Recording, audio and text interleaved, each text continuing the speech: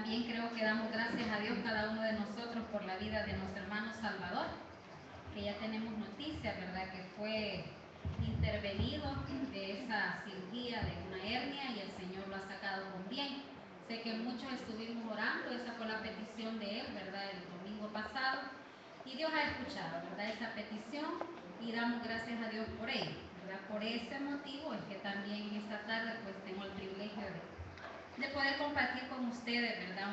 Un pequeño mensaje a través de la palabra, la Biblia, ¿verdad? Vamos a buscar en Apocalipsis, ya lo leímos al principio, Apocalipsis capítulo 2, versículos del 1 al 7. Para los que no estuvimos, ¿verdad? En el momento que se tuvo la lectura congregacional, vamos a repetir nuevamente la lectura de la porción en Apocalipsis capítulo 2, versículos del 1 al 7. Me pueden seguir si gustan así sentaditos con la lectura bíblica, y dice así: escribe al ángel de la iglesia en Éfeso, el que tiene las 7 estrellas en su diestra, el que anda en medio de los 7 candeleros de oro. Dice esto: yo conozco tus obras y tu arduo trabajo y paciencia, y que no puedes soportar a los malos, y has probado a los que se dicen ser apóstoles y no lo son, y los has hallado mentirosos, y has sufrido y has tenido paciencia y has trabajado arduamente por amor de mi nombre y no has desmayado. Pero tengo contra ti que has dejado tu primer amor. Recuerda por tanto de dónde has caído y arrepiéntete y haz las primeras obras, pues si no, vendré pronto a ti y quitaré tu candelero de su lugar si no te hubieres arrepentido. Pero tienes esto, que aborreces las obras de los nicolaitas, las cuales yo también aborrezco. El que tiene oído, oiga lo que el Espíritu dice a las iglesias. Al que venciere, le daré a comer del árbol de la vida, el cual está en medio del paraíso de Dios. Amén. Casi siempre cuando nosotros escuchamos acerca del libro de Apocalipsis, nos inquietamos quizás un poco, ¿verdad? Porque hay algunas opiniones con respecto a este libro. Se dice que es un libro para algunos misterioso, para otros un libro que despierta como cierta inquietud, como cierta ansiedad, ¿verdad? Cuando hay algunos temas que tal vez están un poco no tan comprensibles para nosotros. Y es que hay un lenguaje bastante simbólico en el libro de Apocalipsis. Hay mucha simbología, ¿verdad? Nosotros podemos leer tantas palabras que podemos decir y por qué están escritas, ¿verdad? Que los 7 candeleros, que las 7 estrellas, que el dragón, ¿verdad? Que simboliza a Satanás, y en fin, muchas cosas, muchas dudas pueden surgir de nosotros cuando leemos el libro de Apocalipsis, pero a manera nada más quizás de comentario, ¿verdad? Para que nosotros podamos darnos cuenta que es un libro más, ¿verdad? Igual de importante, igual de lleno de bendiciones y de promesas, ¿verdad? Que los demás, que todos los 66 libros de la Biblia, ¿verdad? Quizás decirles que este libro fue escrito por Juan. Juan, uno de los 12 discípulos. Y Juan, ¿verdad? También fue un hombre, ¿verdad? Con muchas características muy especiales, por las cuales a lo mejor Dios, ¿verdad? Tuvo a bien revelarle a él todo lo que está escrito en el libro de Apocalipsis. Juan es aquel discípulo a quien Cristo le dijo estando ya en la cruz y que estaba junto a la madre de Jesús, a María. Jesús le dijo: mujer, he ahí tu hijo, ¿verdad? Y le dijo a Juan: he ahí tu madre. También Juan es el que se acercó, ¿verdad? Con una intención un poquito quizás egoísta, junto con, si no me equivoco, es Jacob, que se acercan a Jesús y le dicen: maestro, quisiéramos que nos hicieras un favor, que cuando tú vengas, ¿verdad? Cuando tú estés en tu gloria, nos podamos sentar el uno a tu derecha y el otro a tu izquierda, ¿verdad? Ese era Juan junto con Jacob pidiéndole a Jesús. A ese Juan Dios le reveló todo lo que está escrito en el libro del Apocalipsis. También Juan es el discípulo que tuvo la oportunidad de ser testigo, ¿verdad?, de un gran milagro a través de Pedro, otro discípulo de Jesús. Cuando Cristo ya había ascendido, ¿verdad?, después de su muerte, dice que iban Juan y Pedro de camino al templo, y en la puerta que se llama La Hermosa, ¿verdad? El templo no se llama La Hermosa, es la puerta del templo, la que se llama La Hermosa. Había un cojo de nacimiento, no por un accidente a los 18 o 20 años, sino que de nacimiento. Dice que ese cojo estaba pidiendo limosnas a la entrada de esa puerta, y Pedro dice que pidió que los viera, y dice que Juan estaba al lado de Pedro cuando Pedro le dijo a ese cojo: no tengo oro ni plata, pero lo que tengo te doy. En el nombre de Jesucristo de Nazaret, levántate y anda.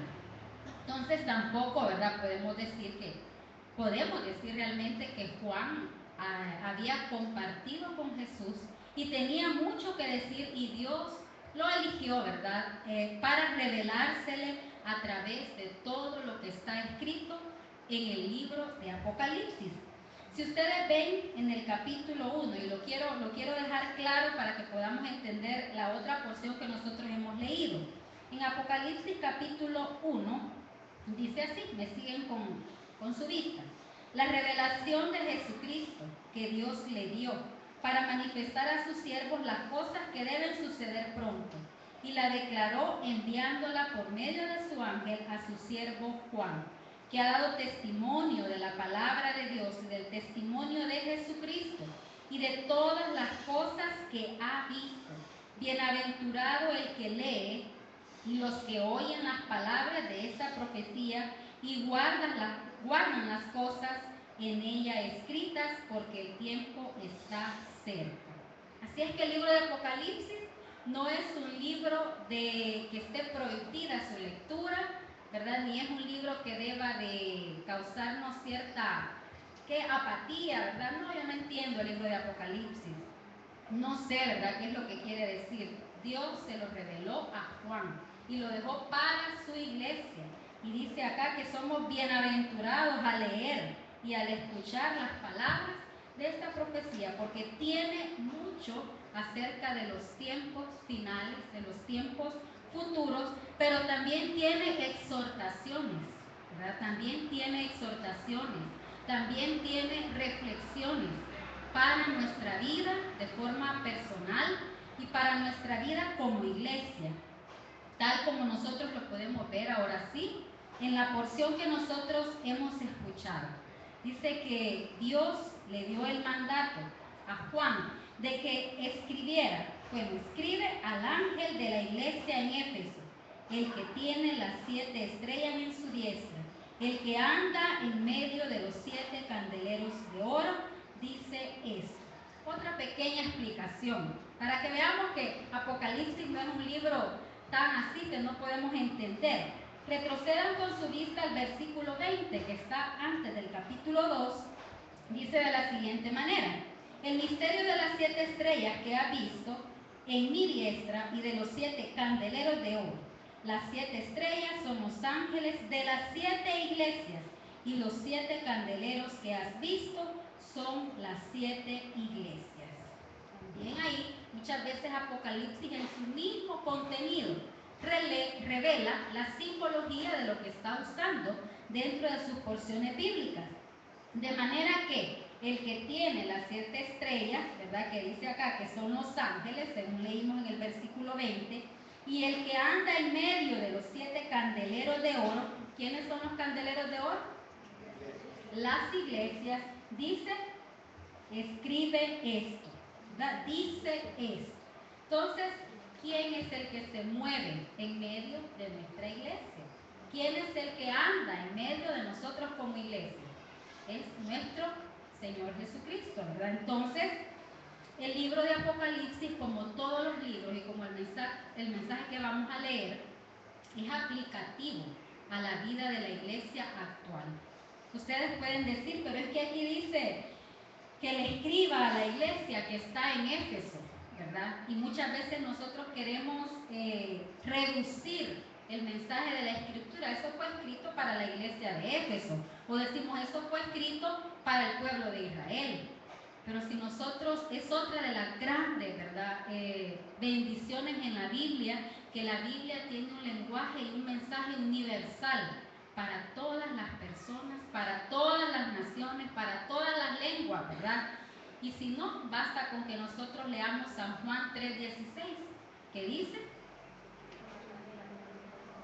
¿qué dice San Juan 3:16? Porque de tal manera amó Dios al mundo. Ese es el mensaje central de toda la palabra del Señor, y por tanto en esta tarde vamos a ver cómo también ese mensaje, ¿verdad?, que en ese momento se lo estaba revelando a Juan para la iglesia de Éfeso, también es un mensaje que nosotros como iglesia Bautista de Benecer, que nosotros como la iglesia actual, la iglesia del siglo XXI ya, ¿verdad?, la iglesia universal, que está formada por todos los creyentes de diferentes denominaciones y de diferentes países, ¿verdad?, de diferentes lenguas, como dije al principio, este mensaje sigue estando vigente y quizás nos siga exhortando como lo hizo en su momento para la iglesia de Éfeso.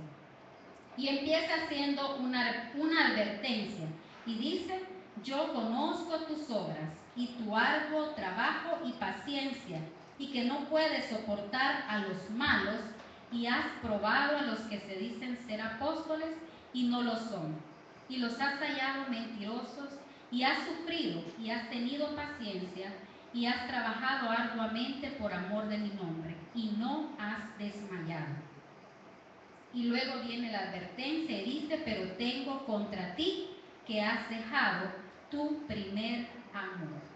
De hecho, se dice que la iglesia de Éfeso es la iglesia que representa a la primera iglesia que Jesucristo fundó. Dice que es aquella iglesia que se caracterizaba por su incansable labor misionera.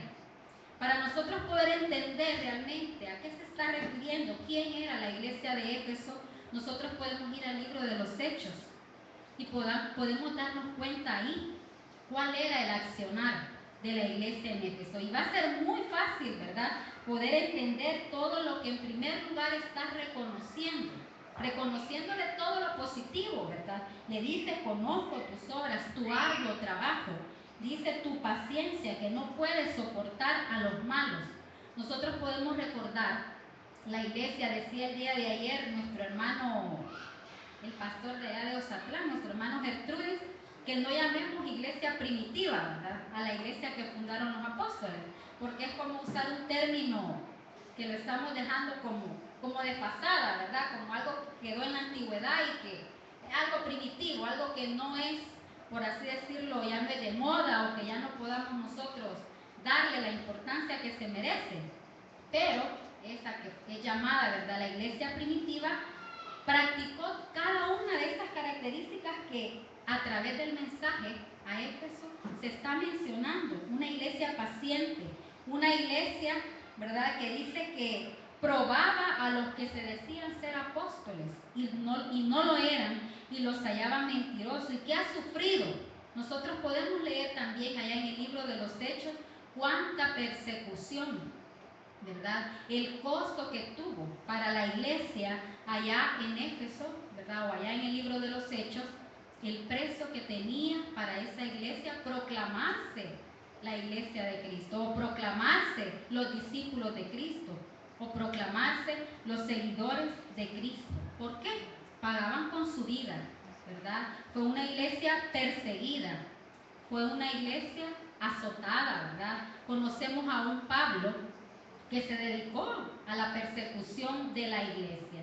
Pero cuando en Apocalipsis está exaltando todas esas cualidades de la iglesia, pues hay cierto reconocimiento, ¿verdad?, de parte de la revelación, de parte de Dios mismo, a través de Juan, en reconocer que esta iglesia tenía muchos méritos y que no podía pasarse por alto todo lo que había sufrido, todo lo que había tenido que soportar, ¿verdad?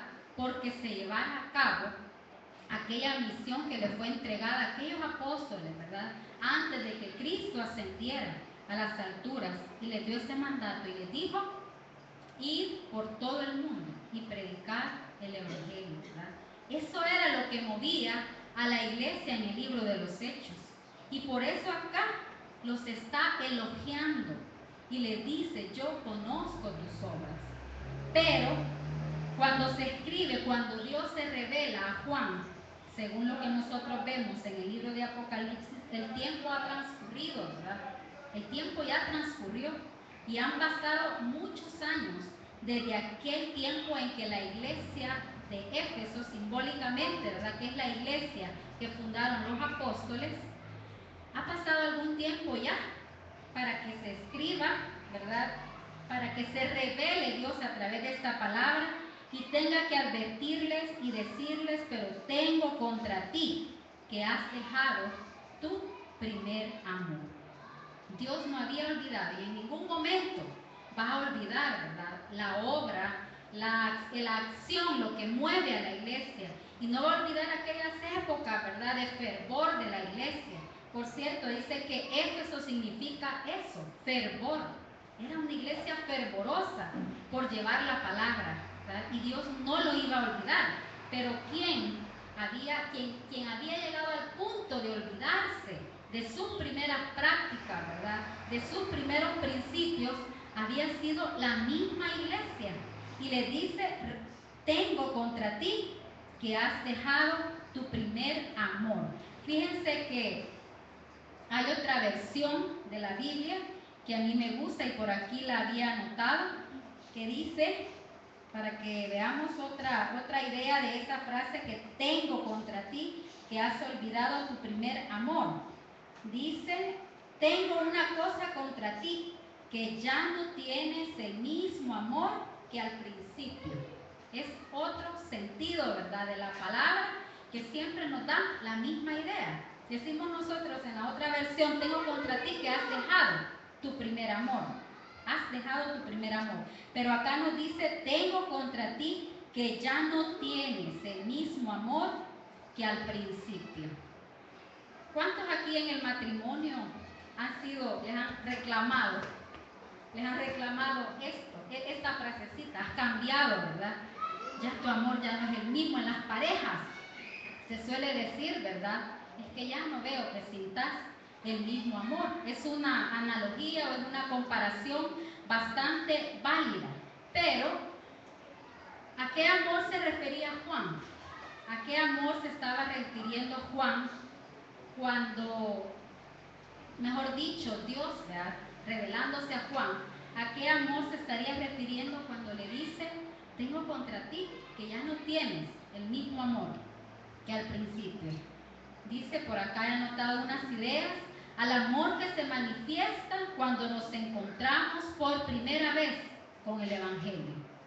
¿Recuerdan ustedes aquel fervor, aquel ánimo y aquella disposición que había en ustedes, ¿verdad? Y yo lo recuerdo también que lo había en mí, cuando tuvimos ese encuentro con el Evangelio y ese encuentro con nuestro Dios, que nos movió, ¿verdad?, a querer hacer tantas cosas y a querer dejar, ¿verdad?, de hacer también tantas cosas.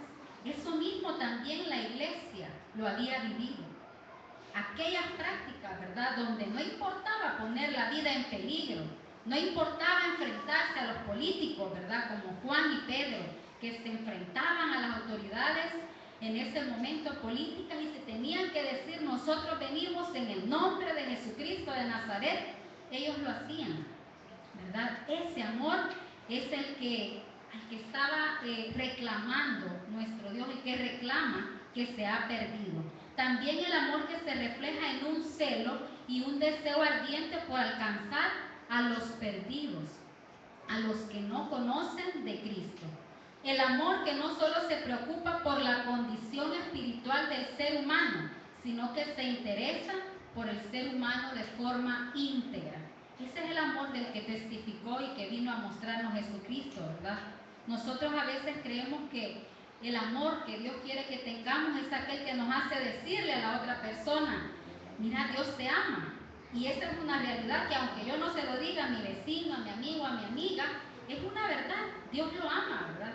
Dios lo ama. Pero dice que es el amor que se interesa, no solo porque el hombre sepa que hay un Dios que le ama, sino que un Dios que se preocupa por todas las necesidades del ser humano. Si no recordemos las palabras de Jesús a sus discípulos, ¿verdad? Al decirles de que cómo era posible que si nuestro hermano nos decía, ¿verdad?, que tenía hambre, nosotros lo íbamos a despachar en paz, ¿verdad? Solo le íbamos a decir, vete en paz, y tal vez el hermano con necesidad de comer. Entonces, y en muchas ocasiones dijo, si tu enemigo tiene hambre, dale de comer, si tiene frío, dale un abrigo. Entonces, ese es el amor que se muestra a los enemigos, ¿verdad? Y ese es el amor que también se había perdido para la iglesia de Éfeso. Y posiblemente, hermanos y hermanas, sea el amor que también Dios nos está reclamando a cada uno de nosotros en esta tarde. Dice, el amor que hace que renunciemos a nuestro interés personal y que actuemos en favor del interés general o de la mayoría. El amor, dice, bueno, sí, este ya lo leí, que nos hace entender, ¿verdad?, que tenemos que actuar en favor del interés no personal. Aquel amor que se desprende, ¿verdad? Y que no solo piensa en mis necesidades, en lo que a mí me conviene, sino en lo que es de beneficio y de bendición para la mayoría, para toda la comunidad. Para que podamos entender, ¿verdad?, un poquito más, vamos a ser específicos en leer algunas porciones. Y vamos a comenzar. Solo tengo 3 ejemplos bíblicos acerca del amor que posiblemente, ¿verdad?, la iglesia había perdido, por lo cual este mensaje se estaba revelando a través de Juan. El amor que le da el verdadero sentido a la unidad en la iglesia. Busquemos Hechos capítulo 2, versículos del 43 al 47. Hechos 2, del 43 al 47. El primer ejemplo dice, el amor que le da el verdadero sentido a la unidad en la iglesia. Si ya lo encontramos, alguien que le dé lectura a la porción. Hechos 2, 43, 47. Que se ponga de pie y que por favor lo lea. Amén. Hechos 2, del 43 al 47. ¿Alguien lo encontró? Hermana Vilmita. Y perseveraban en la doctrina de los apóstoles, en la comunión unos con otros, en el partimiento de pan. 43 al 47. Y sobrevino temor a toda persona, y muchas maravillas y señales eran hechas por los apóstoles.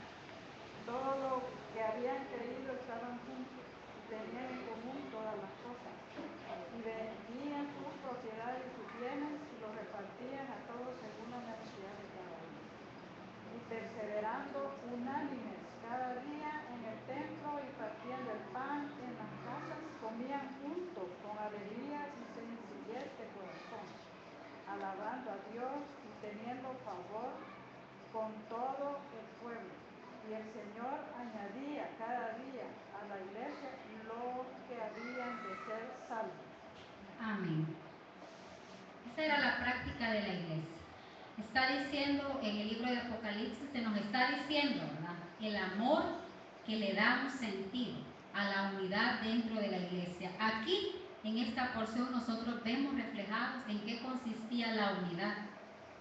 Y se está advirtiendo, has dejado ese amor, no tenés ese amor que hace que estén todos tus miembros, ¿verdad?, cada uno viendo por las necesidades de los demás, compartiendo juntos con alegría y sencillez de corazón.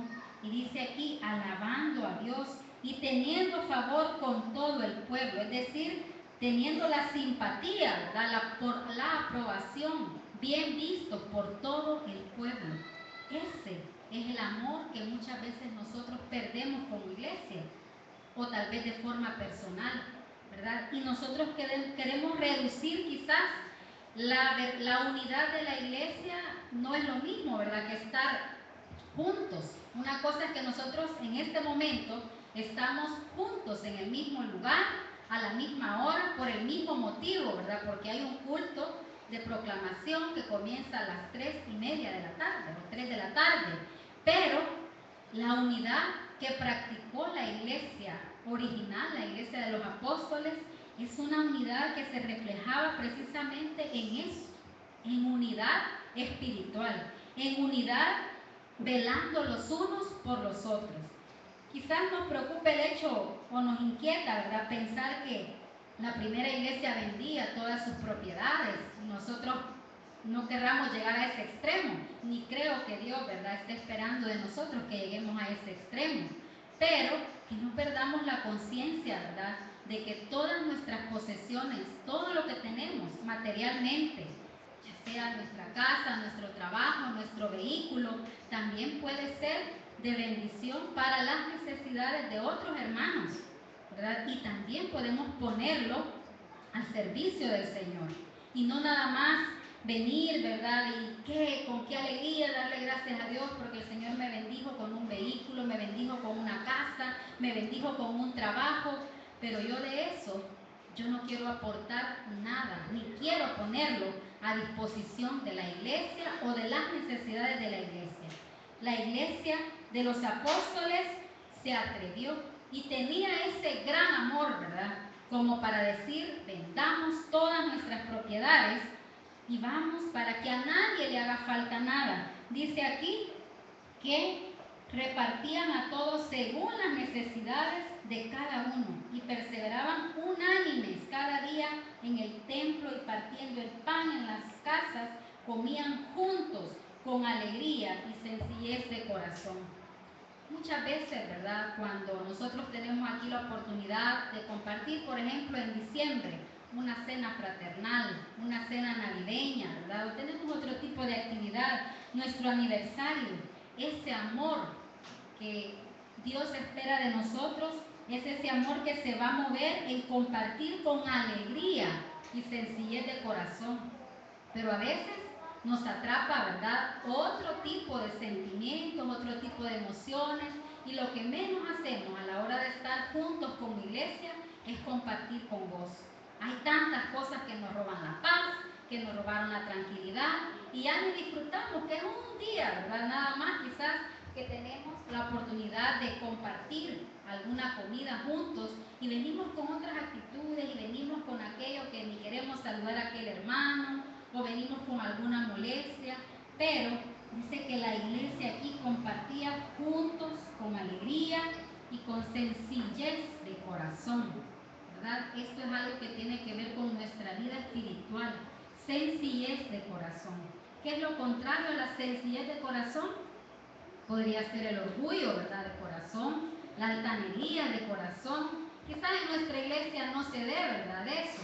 Quizás todos andemos por el mismo, estatus, por así decir, social o económico, no sé, ¿verdad? Aquí no habemos capitalistas que tengamos grandes bienes a nuestro nombre. En otras iglesias se puede dar, ¿verdad?, que hay gente de mayor comodidad, más con muchas facilidades económicas y que quizás ve así, ¿verdad?, un poquito de menos aquel que llegó, que es de humilde condición, dice la palabra, ¿verdad?, que viene con un vestuario sencillo, con un vestuario, o si es que viene calzado, ¿verdad?, puede venir descalzo, pero dice aquí que desprendiéndose de todo este tipo, ¿verdad?, de prejuicios, no importaba cómo las personas fueran, su condición social, su condición espiritual, ellos dicen que perseveraban juntos cada día en el templo, partían el pan, comían juntos con alegría y sencillez de corazón y alababan a Dios. Dice alabando a Dios.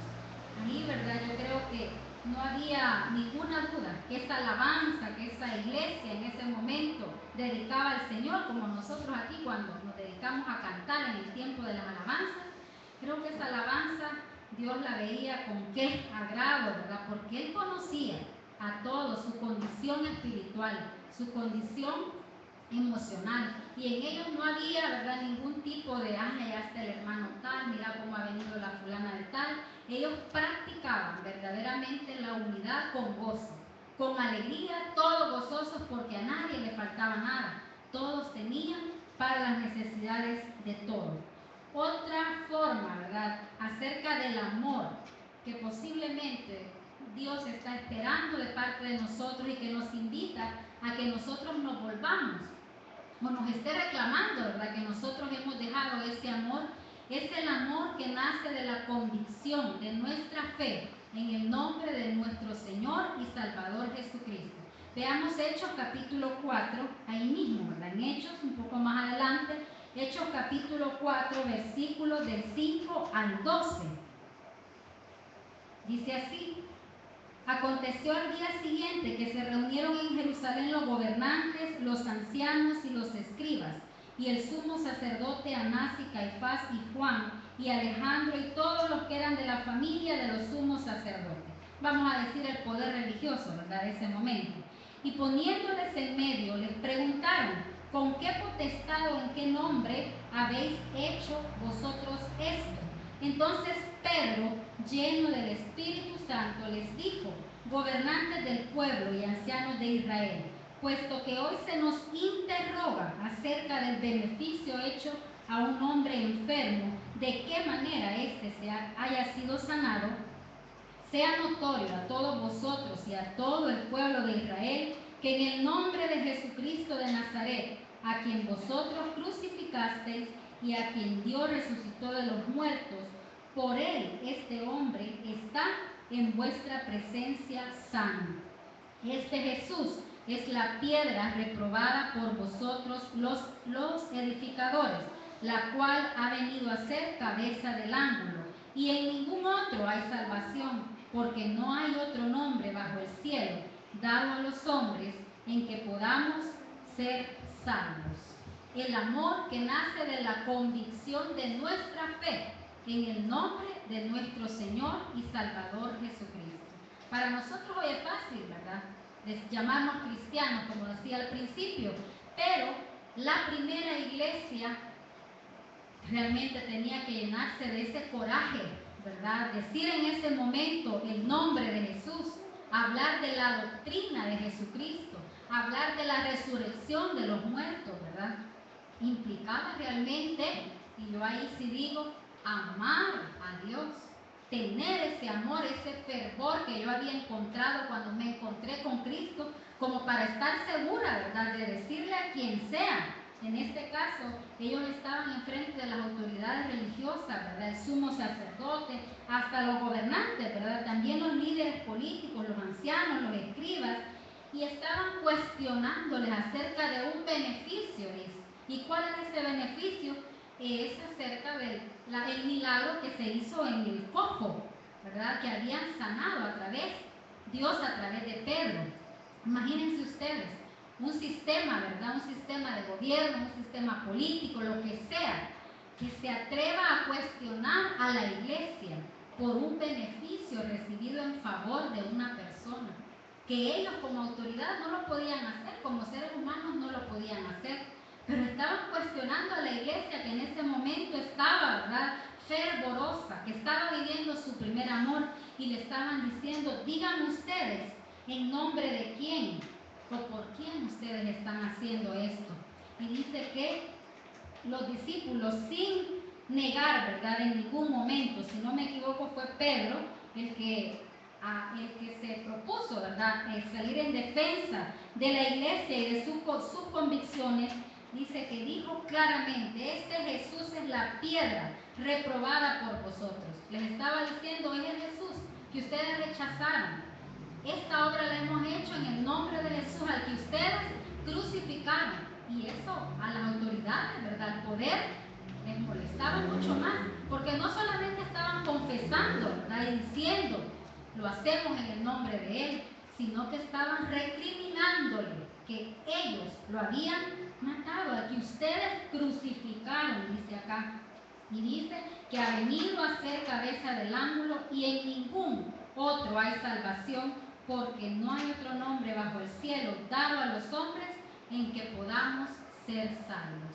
¿Qué tal si la iglesia, la primera iglesia, la iglesia de los apóstoles, se niega, ¿verdad? Y le gana su miedo, y le gana le gana el temor, ¿verdad?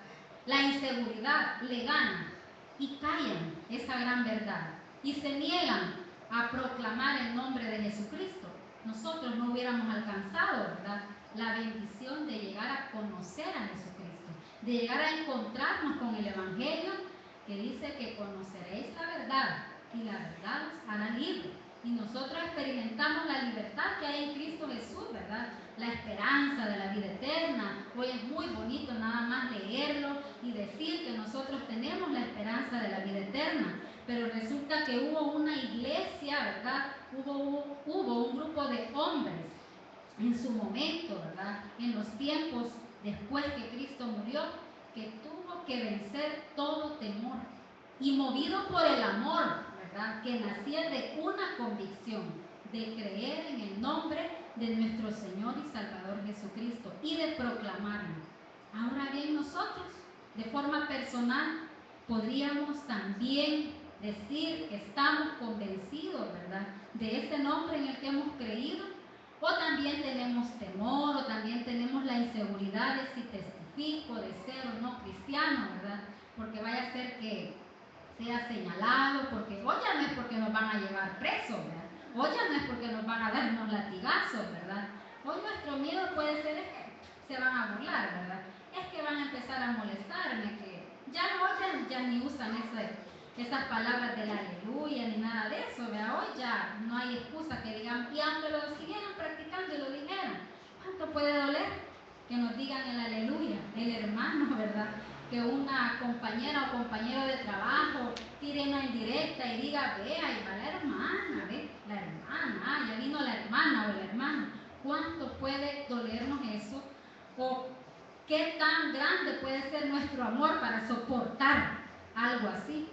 En comparación con lo que la iglesia, la primera iglesia, los primeros discípulos tuvieron que soportar. Y ese sí, ¿verdad? Esa sí era una prueba de que había amor en ellos. Y por eso, allá en el libro de Apocalipsis, de repente se perdió, ¿verdad? Yo no sé en qué momento de la historia ese fervor de la iglesia se perdió, pero que la palabra ahora nos dice, tengo contra ti que has dejado tu primer amor. Ya no me muestras el mismo amor, está diciendo Jesús, está diciendo nuestro Dios a la iglesia de Éfeso, y también nos lo está diciendo a nosotros. Y el último ejemplo, ¿verdad?, de amor que practicó la iglesia y que Dios sigue esperando, ¿verdad?, que vuelva a nacer ese gran amor, es el que encontramos en Hechos capítulo 11, versículos 18, un poquito más adelante. Ustedes saben que el libro de los Hechos es el libro de la iglesia, ¿verdad?, que nos habla acerca de los orígenes de la iglesia, de los principios cristianos, de la práctica cristiana. Por eso es que solo en este libro he traído las citas. Hechos 11,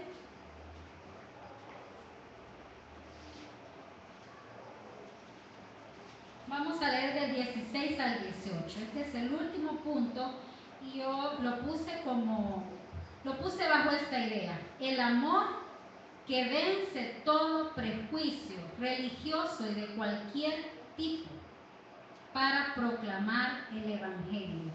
Dice Hechos 11:16: entonces me acordé de lo dicho por el Señor, cuando dijo, Juan ciertamente bautizó en agua, mas vosotros seréis bautizados con el Espíritu Santo. Si Dios pues les concedió también el mismo don que a nosotros, que hemos creído en el Señor Jesucristo, ¿quién era yo que pudiese estorbar a Dios? Entonces, oídas estas cosas, callaron y glorificaron a Dios diciendo, de manera que también a los gentiles ha dado Dios arrepentimiento para vida. Decía al principio que una de las características de la palabra, del mensaje, del Evangelio de Cristo, es que es para toda la humanidad, ¿verdad?, sin ningún tipo de distinción. Pero hubo un momento que la iglesia de los apóstoles que estaba formándose tuvo problemas dentro de la misma iglesia. ¿Por qué? Porque había un grupo que creía, ¿verdad?, que solo cierto sector, por así decirlo, el pueblo judío, ¿verdad?, podía recibir la bendición de la salvación a través de Cristo Jesús, o que todo lo que Cristo enseñó y las promesas de la resurrección, todo solamente le correspondía al pueblo judío. Pero Pablo, ¿verdad?, aquí ya está, Pedro quien está, a él se le revela, ¿verdad? Ustedes lo pueden leer en su casa, quizás más despacio. A él se le revela a través de un sueño donde él ve un banquete, ¿verdad? Ve de todo. Dice en los primeros versículos del capítulo 11, dice que él vio cuadrúpedos, fieras, reptiles, aves del cielo. Imagínense, una variedad de animales, ¿verdad? Feroces y no feroces, aves y de tierra. Y oyó una voz, dice en el versículo 11:7, que me decía: levántate, Pedro, mata y come. Y dije: Señor, no, porque ninguna cosa común o inmunda entró jamás en mi boca. Entonces la voz me respondió del cielo por segunda vez: lo que Dios limpió, no lo llames tú común. Dios le estaba revelando a Pedro. Pedro tenía aquel prejuicio, ¿verdad? Yo no como nada que sea común, ¿verdad? Yo solo como aquello que en el Antiguo Testamento eran los alimentos que estaban permitidos, ¿verdad? Ustedes han leído en el Antiguo Testamento, allá en Números, en Levítico, las leyes de la clase de alimentos que se podían comer. Dice que Pedro en ese sueño vio que estaba ese banquete y Dios le estaba diciendo: Pedro, mata y come. Pero él dijo no. Y viene Dios y le dice: no, le respondió: lo que Dios limpió, no lo llames tú común. A través de ese sueño, Pedro entendió. Más adelante lo describe. Dice que el Espíritu, en el versículo 12, me dijo que fuese con ellos sin dudar. ¿Con ellos quiénes? Los gentiles.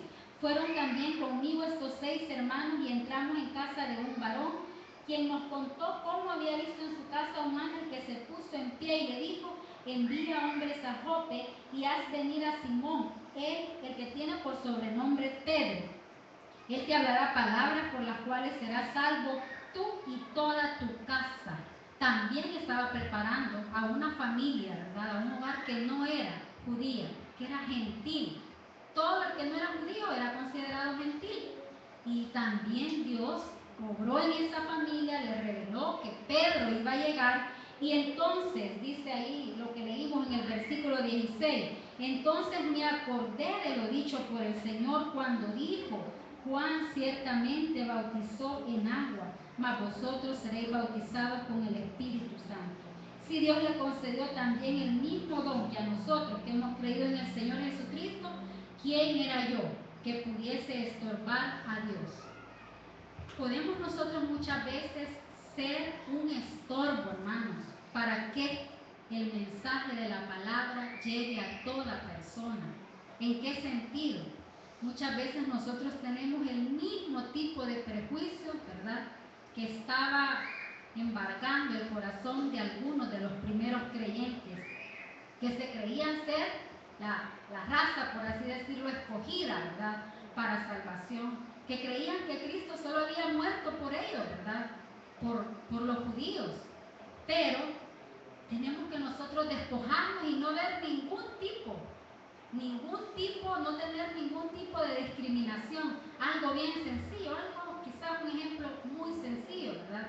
Cuando nosotros tal vez creemos que a un político, por ejemplo, ¿para qué le vamos a hablar de la palabra, verdad?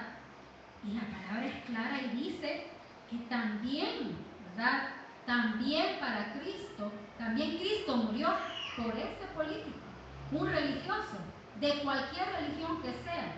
Nosotros podemos tener el prejuicio de que no, hombre, si es que los católicos se van a condenar, muchos, ¿verdad?, muchos evangélicos afirmamos eso, y en lugar de estar nosotros abriendo un camino para llegar a esa persona, ¿verdad?, que se llama católica, y que nosotros queremos hablarle de que Cristo murió por él y que es el único mediador, en lugar de favorecer la obra que Dios quiere hacer en esa persona, nosotros podemos ser un estorbo. ¿Por qué?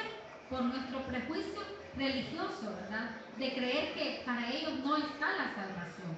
Y la salvación, como dice acá, es para todos. Y esa iglesia llegó a reconocer, y dijo en el versículo 18, dice, entonces oídas estas cosas callaron y glorificaron a Dios diciendo, de manera que también a los gentiles ha dado Dios arrepentimiento para vida. Arrepentimiento para vida. La vida eterna, el regalo de la vida eterna, el regalo de la salvación es para toda la humanidad. Si volvemos nosotros allá, hermanos, Apocalipsis, ya para terminar, capítulo 2, el mensaje es claro y dice, pero tengo contra ti que has dejado tu primer amor. Hoy en día la iglesia estará viviendo en la práctica de ese primer amor que vivió la primera iglesia de los apóstoles. Dice, recuerda por tanto de dónde has caído y arrepiéntete y haz las primeras obras. Hay tres pasos que como iglesia, que como hijos de Dios usted puede pensarlo si quiere de forma personal. También puede usted meditar en este mensaje y decir, ¿verdad?, que su fervor, su amor, aquel amor que usted no veía si estaba lloviendo, vaya, para venirse a la iglesia y querer alabar a Dios y querer venir a testificar, que usted no veía, ¿verdad?, si es que es sábado y tengo que descansar, es el único día que amanezco hasta tarde, ¿verdad? Si usted está pensando, ya no le ofrendo a Dios y ahora estoy gastando solo para mí, ¿verdad?, en mis deleites, pienso en mi ropa, pienso en lo que voy a comprar para mí, quizás usted se pueda hacer de forma personal o quizás como iglesia tengamos que reflexionarlo, pero dice, hay tres cosas que tenemos que hacer. Dice, primero, recordar. Recuerda, por tanto, de dónde has caído. Recordar en qué momento se perdió ese fervor y ese deseo de servirle a Dios. En qué momento ya perdí la convicción de testificar que yo soy cristiano, ¿verdad? Como lo hicieron aquellos discípulos que no negaron ante nadie que en el nombre de Cristo Jesús aquel hombre había sido sano y habían hecho ese milagro. Recordar en qué momento se perdió mi espíritu de fraternidad, mi espíritu de hermandad dentro de la iglesia, ¿verdad? Y ahora yo ya no quiero, ya tengo ciertas molestias con algunos hermanos, ¿verdad? Y ya no me llevo bien con los hermanos. Recordar es hacer una reflexión a nosotros mismos y pensar, realmente he dejado de practicar muchas cosas que yo tenía el deseo de practicar, ¿verdad?, cuando conocí a Cristo. Y el segundo paso dice, arrepiéntete. No podemos quedarnos solo recordando. Antes, yo me acuerdo que antes, ¿verdad?, yo dejaba todo por irme a la iglesia, yo dejaba todo por ir a predicar, ¿verdad?, yo dejaba todo por estar participando de las diferentes actividades, yo dejaba todo por hablarle a cualquiera, no me importaba, ¿verdad? No podemos quedarnos solo en el recuerdo, hermanos, de decir antes hacíamos esto o antes yo hacía esto o lo otro. Dice arrepiéntete, es el segundo paso. Meditar y decir, Señor, verdaderamente mi amor ha menguado, ¿verdad?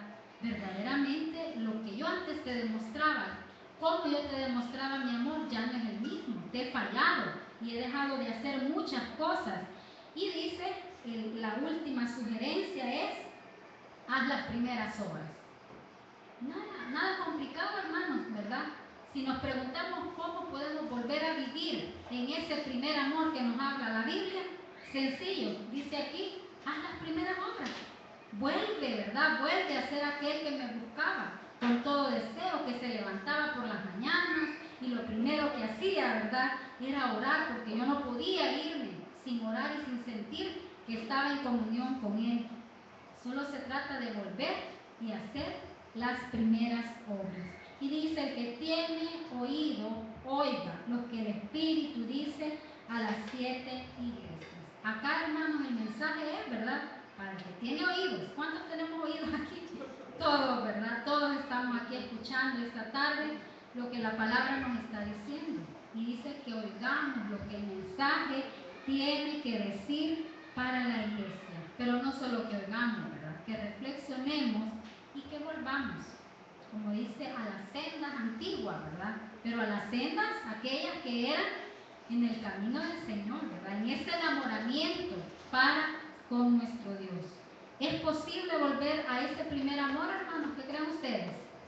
Sí, es posible, ¿verdad? Vivir en ese primer amor y mantenernos en ese primer amor si nosotros cultivamos nuestra vida espiritual.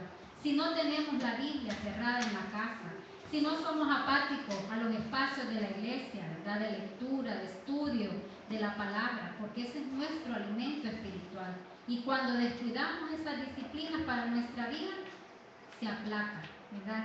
Pero si nos mantenemos en llenar ese amor a través de la palabra de Dios, a través de la oración, nos vamos a mantener en ese fervor.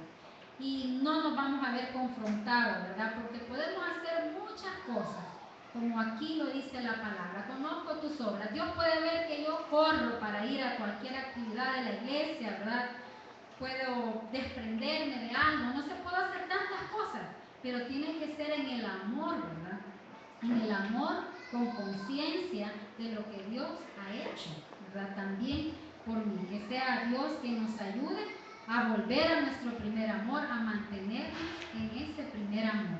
Y la bendición va a ser grande. Aquí hay una promesa y dice que si nosotros no lo hacemos, ¿verdad? Si no, vendré pronto a ti, quitaré tu candelero de su lugar si no te hubieras arrepentido. No quisiera yo que tuviéramos temor, pero el candelero representa luz, ¿verdad? Y el día que se apague esa luz que ilumina nuestra vida, que es el amor de Dios, ¿qué vamos a hacer? No vamos a hacer nada, ¿verdad? Nosotros no queremos que ese candelero se quite, ¿verdad? De nuestra vida, y nosotros somos la luz. Nosotros, una iglesia apagada no es de bendición, ni para la comunidad, ¿verdad? Ni para nadie. Dios quiere que estemos con una luz fervorosa, una luz que ilumine, ¿verdad? A todo aquel que nos rodea. No quisiera pasar la oportunidad, ¿verdad? En esta tarde, si hay alguna persona de nuestros amigos que nos visitan, me gozo de ver a mi sobrino en este lugar. Sé que él sabe que nada es casualidad, ¿verdad? Y que Dios con un propósito en esta tarde lo tiene acá, así como también al otro joven que vino acompañando a nuestro hermano Miguel, ¿verdad? A Carlos Bautista, que ya lo hemos tenido por acá los días sábados, también con los jóvenes, en esta tarde, ¿verdad? Si en ellos si nace en su corazón el poder quizás experimentar ese primer amor, porque puede ser que no lo hayamos dejado, sino que todavía no lo hayamos experimentado, ¿verdad? Si es así, pues invitamos a nuestros amigos, ¿verdad?, a que puedan levantar su mano y puedan decir: yo quiero conocer ese amor, yo quiero vivir en ese amor, ¿verdad?, que Cristo Jesús pone en nuestros corazones. Si en esta tarde quisiéramos dar ese paso, esa oportunidad, ¿verdad?, para reflexionar y pensar que Dios puede hacernos volver a aquellos momentos en que queríamos estar en comunión con Dios, o a ese momento de querer buscar tener esa comunión con Dios. Esta es la tarde. El mundo está lleno en este momento, ¿verdad?, de tanta violencia, de tanta maldad, que en el camino a casa muchas cosas pueden suceder. Pero dice, la palabra dice: he aquí el día de salvación. Este es el momento oportuno, ¿verdad? El momento en que la palabra de Dios está tocando a sus vidas. Si no lo hay, en todo caso les invito a que oremos y seguir sentados donde estamos. Cada uno de nosotros también quiere decirle al Señor que podamos volvernos a ese primer amor, o podamos encontrarnos en ese primer amor. También lo podemos hacer. Oramos. Padre, gracias le damos, Señor, en esta tarde por permitirnos, Señor, escuchar su palabra, por permitirnos abrir su palabra y darnos cuenta, Señor, de tantas verdades, y darnos cuenta de este mensaje tan especial, Señor, que usted nos está llamando, nos está invitando a vivir en ese primer amor. Padre, en esta hora pedimos porque usted ponga en nosotros ese espíritu fuerte, ese espíritu ferviente, Señor, de servirle, de buscarle, de estar en esa íntima comunión cada día, Señor. Que nos perdone, Padre, dice el mensaje, que nos arrepintamos de haber descuidado nuestra vida espiritual, de haber olvidado todos aquellos compromisos que en un momento nosotros hicimos. Nos arrepentimos, Padre, le pedimos perdón y le pedimos que nos conceda la oportunidad de poder retomar ese camino dirigido por ese amor, movido por ese amor, por ese ferviente deseo de serle fiel, de testificar a otros, de poder ser de bendición para otras personas sin importar su condición social, política, económica, Señor, profesional, sin ninguna discriminación, Padre, que ese amor nos mueva a hacer luz en medio de todas las personas, Padre. Oramos por Carlos, oramos por Brian, que en esta tarde usted también les ha concedido, Señor, estar aquí, para que también ellos sean movidos, sean tocados, Señor, a buscarle, a entregarse con un corazón sincero y puedan seguir participando de todas las bendiciones que usted tiene preparadas para todo aquel que le busca y que se entrega, Señor. Padre, todo se lo pedimos en el nombre que es sobre todo nombre, nuestro Señor Jesucristo. Amén. Que el Señor les bendiga, hermanos.